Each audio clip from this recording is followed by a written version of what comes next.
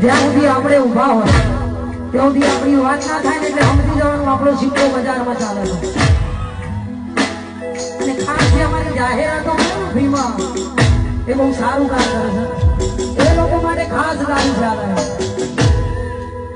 અમારી જાહેરાત ચાલુ કરીએ આપણે, જાહેરાત ભીમો ચાલુ કરીએ આપણે, એ બીમારી નહીં સુને.